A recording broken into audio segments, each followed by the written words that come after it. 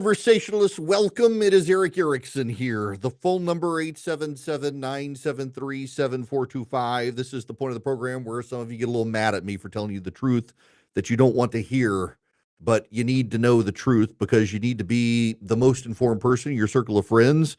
And I think truth over tribe matters greatly. And we have new economic data, and the new economic data should give you some pause because what I've been telling you is going to happen is happening. And the number of people who have, and in fact, I've made sure to ping many of them on social media. So when are you going to admit you were wrong? When are you going to admit you were wrong? I was like, not only was I not wrong, but exactly what I told you would happen has happened.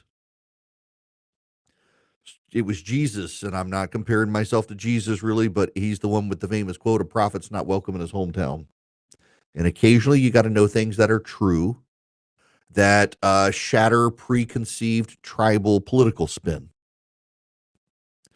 And so we have to spend just a few moments here talking about the new data so that you're the most informed person in your circle of friends and you understand what's happening. This is from the Financial Times.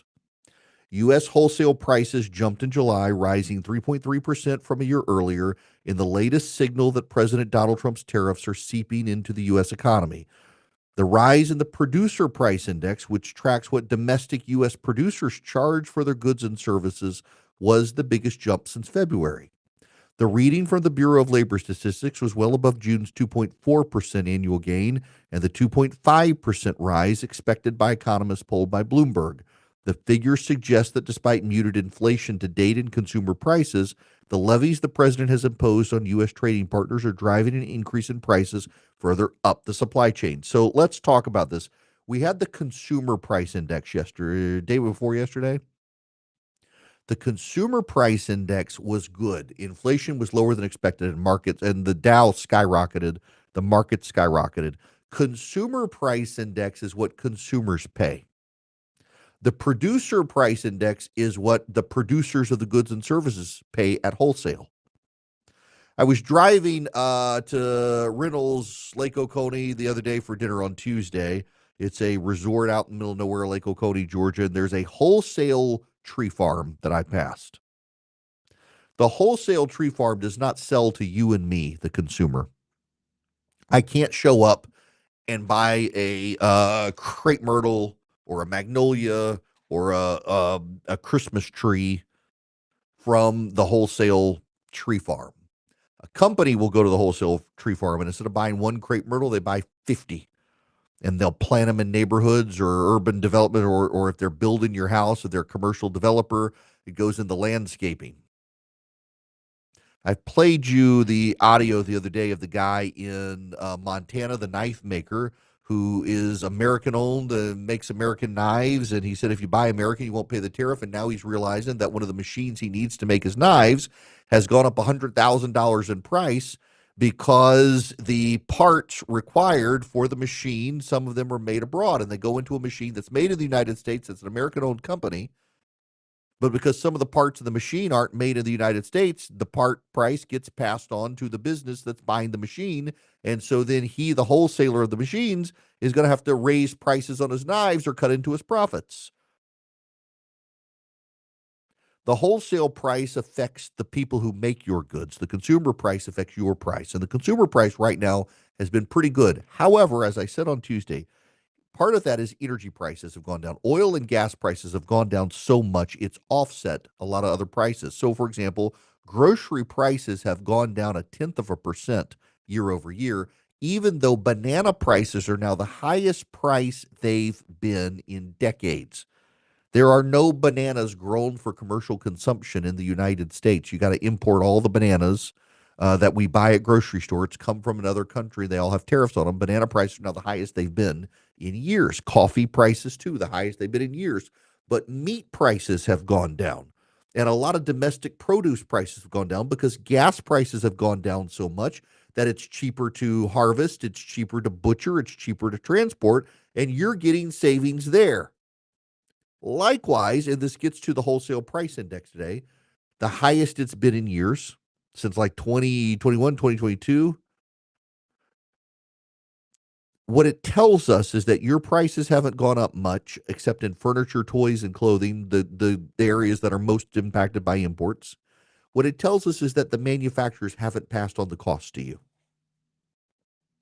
That's the God's honest truth. The manufacturers have not been passing the cost on to you. They've been eating the cost. Now, that actually should bother you to a degree. You can say, well, they're making a lot of money, except here's part of the problem. When companies eat the cost of the tariffs, the companies reduce wages or they don't give wage hikes. So wages get stagnant. They don't make as much in profit. So their long term earnings go down. So you're either going to pay now or you're going to pay in retirement. Companies are either going to eat the costs and grow more slowly, and wages are going to grow more slowly, or you're going to pay higher prices. The cost has to come from somewhere. We can't make the dollars up out of the air, y'all. You understand this? That's Democrat math. You can't make the money up. So companies are paying more for the stuff they're buying to make you the stuff you buy. Right now, what the companies are doing is when they're paying more, they're not jacking up the price. They're just eating it. So instead of making $100 in profit, they're making $80 in profit. That $80 in profit long term is $20 less to raise the wages of their employees, is $20 less to invest, is $20 less to pass on to shareholders in terms of a dividend. So that's going to affect the stock value. That's going to affect your 401k. So either they're going to pass the cost on to you and you're going to pay higher prices now, or in the future, when you retire, your stock portfolio is not going to have grown as much. And over time, your wages will not have gone up as much as they could have. The business anecdotes out there are matching the spreadsheet. Some retailers say demand is still decent. Customers are switching brands. They're not quitting purchases. In fact, there's also a story in the Financial Times about Cincinnati, Ohio, Jungle Jim's International Market in Cincinnati. People are still going gangbusters shopping there. Spending habits do not suggest, even though people say they're anxious about the economy, spending habits haven't changed there.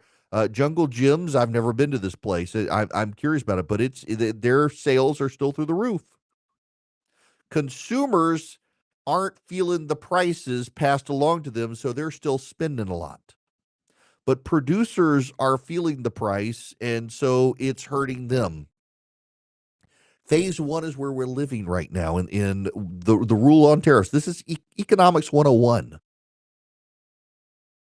They compress their margins, they delay price hikes, and they hope the policy environment stabilizes. Well, the policy environment is stabilized, and many of them thought the policy environment meant Donald Trump would get these free trade agreements and tariffs would go back to zero. Instead, it turns out tariffs are at minimum 10%. So phase two is what we're now starting to see. Profit pressure forces pass through. The squeeze shows up at the cash register on wage growth as employers get stingier and don't give better pay raises. If the tariffs persist into the year end without offsetting relief, you're going to get broader consumer price increases.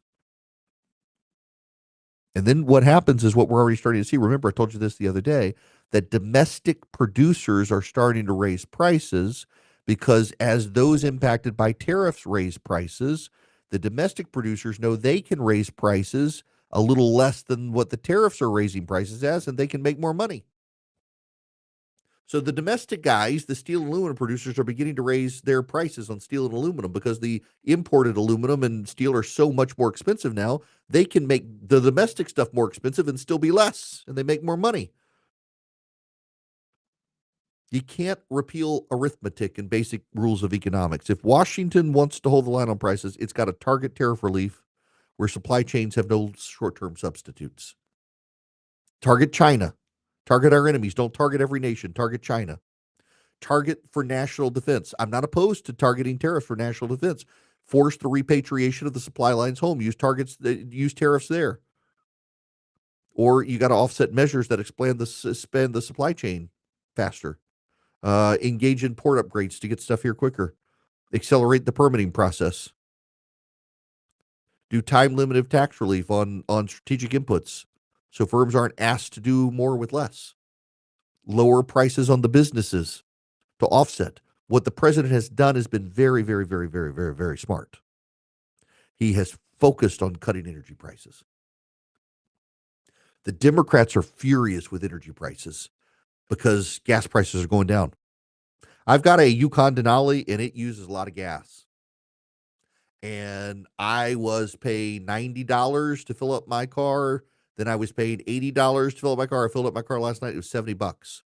So over the course of Donald Trump being in office from when Joe Biden left office, I'm now saving $20 filling up my car. Now, do the math and translate that to the harvester, translate that to the combine, translate that to the tractor trailer hauling cows to the slaughterhouse, translate that on the trucks going from the slaughterhouses and the harvest companies to the grocery store with the vegetables and the meats. They're saving money on gas, and that's coming to you and me. And Donald Trump cutting prices by expressing his desire to drill as much as possible has been fantastic for the economy. And, there's the irony here. If the tariffs weren't having the impact, our economy would be exploding. Donald Trump said he wanted 3 or 4% growth. We would be having 3 to 4 to 5% growth if we didn't have the tariffs weighing things down right now. The problem has been they're not targeted. Now, here's where all of this heads, just so you know. There's a point to this. It's not, notice I've been sparing of the president. I'm just talking about this particular policy. When the Federal Reserve meets to consider cutting interest rates, they don't look at the core consumer price index. That's the consumer price index minus groceries and gas. They don't look at the wholesale energy or wholesale price index, the producer price index. They look at combined data from the two that will come out next week. And it shows how the producer price index and the consumer price index are working together. Is it causing costs to go up? And the wholesale price index is up so much that, yes, it's going to translate into inflation's going up. The tariff data is starting to show that inflation is going up. Now, here's the caveat. It's not really inflation. We treat it as inflation because its price is going up. Here's the good thing for Donald Trump in this.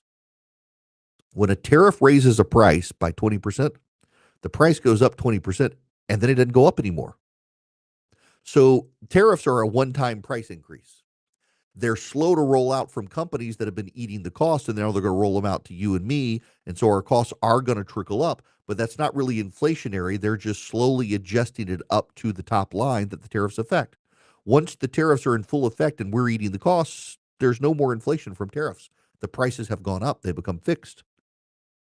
So what the Federal Reserve now has to do is look at the data that comes out of the next week and decide, is this really inflation or is this tariff-based inflation? If it's tariff-based inflation, they can back it out and see what actual inflation's doing.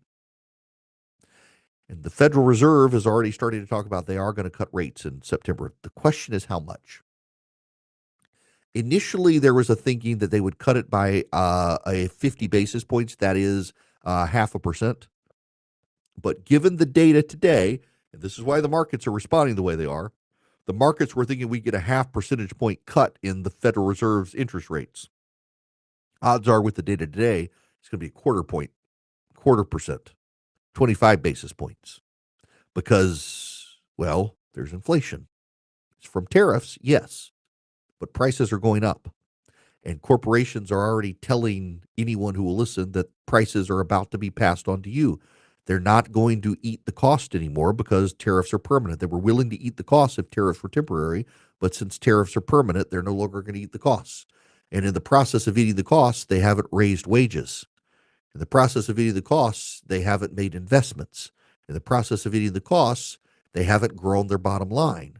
So companies have been stagnant, and that's going to affect us long term until the costs start passing on to us. This is basic economics. It's what I've been warning you would happen. I knew it was going to happen. Some of you have accused me of being smug or arrogant for telling you, and no, my point is just I'm not an economist, but I know basic economics. I've read enough books. I've taken enough classes.